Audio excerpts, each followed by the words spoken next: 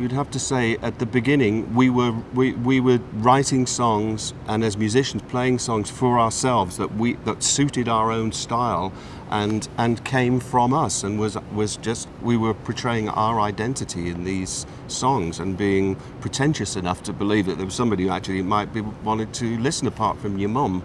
Our music is like the dots, but you guys join the dots together and make the picture. It's very active. That's why you can listen to a record that you love 50, 60 times and it's fine, because it's very proactive for you. Yet the best movie that you've ever seen, 4 or 5 times and it's done. Because it's cold, you're sitting there and all the story is being given to you.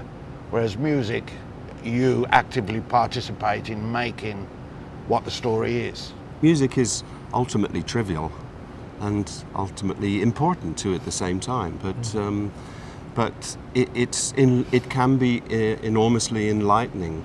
And for me, just to be a musician who writes songs, they're always from the heart. And I found out when I was a kid that I was to be able to actually share that and do that and be in a job that gives you the opportunity to do that is the most fantastic thing. And I appreciate that in any other group and that I see. And you can always see that in successful bands. That it's from the heart, and that connects with it connects with my heart when I listen to them, and obviously with the other people who like the Moody's music. I think the Moody Blues, we've always travelled musically and personally a different line to sort of mainstream, if you want to call it pop. I don't know what you call the other road that is soundbite music. I don't know that road, don't buy it. But if you go the route I think we've travelled, I think gives people the opportunity to spend 45 minutes in the old days with albums and an hour nowadays with CDs. It gives them an opportunity to be able to listen for a long time and spend some quality time for themselves, not just with the Moody Blues, but hopefully it is with the Moody Blues. We're only expressing what I think the feelings that a lot of people have. It's just that we're able to do it through this particular medium of a world of imagination that is very, very beautiful and harmonic, and it's just a wonderful thing to be part of. To sit down and listen to an album all the way through, or a collection of musical work, and then just be totally absorbed in that. It's your own space and it's your own time, and you've made it time for yourself. And I think the world, you know, we're getting bombarded with so much today that if you can find that little space, it's so precious that you really want it to be precious for yourself as well.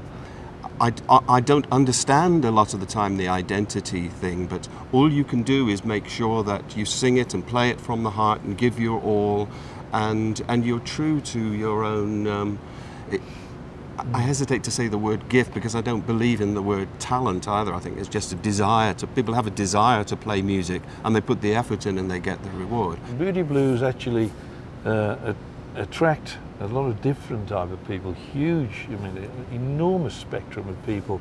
And the one that always sort of gets to me is the one that has decided that there's a spaceship coming to save the world, and they've appointed me to be the captain of this spaceship, and I'm going to fly it.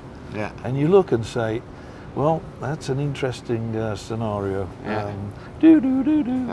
There's one I've got that sticks with me. It harps back to that thing John said about one of his favourite songs being I'm just a singer in a rock and roll band. It was many years ago, about 74, 75, and I think we were in Chicago. I know we were somewhere very cold, and it was the depth of winter, and this guy burst in through the dressing room door wearing a t-shirt and 3 security guards, and trousers of course. Big fella, and he dropped on his knees and he looked up, and I had I think it was a drink anyway, I think it was a Scotch and Coke and a cigarette, and he went ballistic at me. But I had to fly this spaceship, yeah.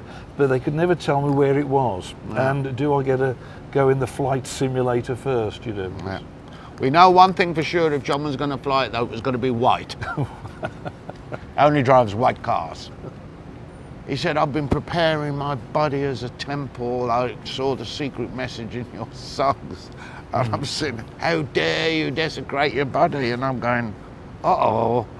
You know, they finally got him under control and took him out. So that's partially what I meant about the nice people don't get to you because you're protected from them.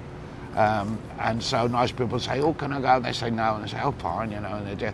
So it's really the extremists that battle their way through to you. The interesting thing, though, just about that, is that, funnily enough, you talk about fans and spacemen, and actual fact, one of our biggest fans is a spaceman, and we were very fortunate to have to be presented by NASA and by Hoot Gibson, who was the chief astronaut trainer for the shuttle missions, with a cassette.